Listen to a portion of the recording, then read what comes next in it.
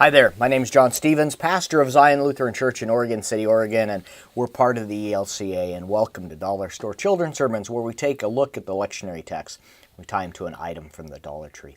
This is for the narrative lectionary, and we're looking at the Gospel out of John 18, and looking about how we mess up, and primarily how we mess up, and God still loves us.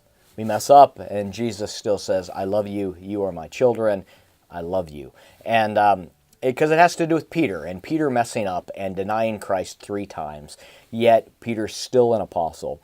Peter still sends out the gospel. Peter in Acts still is helping. God is using Peter to remove lines. We have later in the Gospel of John where Jesus calls Peter back into relationship by asking him 3 times, do you love me, for the 3 denials. And this it just seems to sit with me that it's important to remind our kids and remind us that we can mess up big time, and God still loves us. So there's a couple of things I was thinking about. One is possibly telling a story about how you messed up, how you did something and yet you were still loved. Your parents still loved you. If you have that relationship, a friend that you messed up and there was restoration and there was still a relationship that was able to happen. And I wouldn't use the word restoration, but that you made up. Because the kids, I remember my next door neighbor, Gary, and I would play all the time. And then we would get angry at each other. We would get upset at each other. He would go home, literally taking the ball and going home, or I would say, I don't want to play with you anymore. You're not my friend.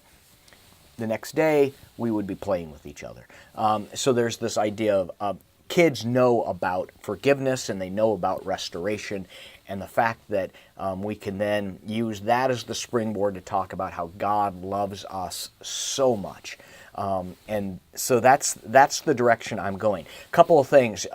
You talk about what happens when you leave glue open. What happens when you leave glue open? There's other ways of messing up.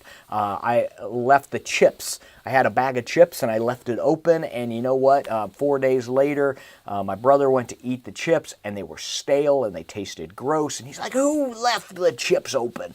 I did. I'm sorry. Again, just another springboard to talk about how we can mess up big time. And God still loves us. God loves us in spite of our mess-ups. God loves us in the midst of our mess-ups.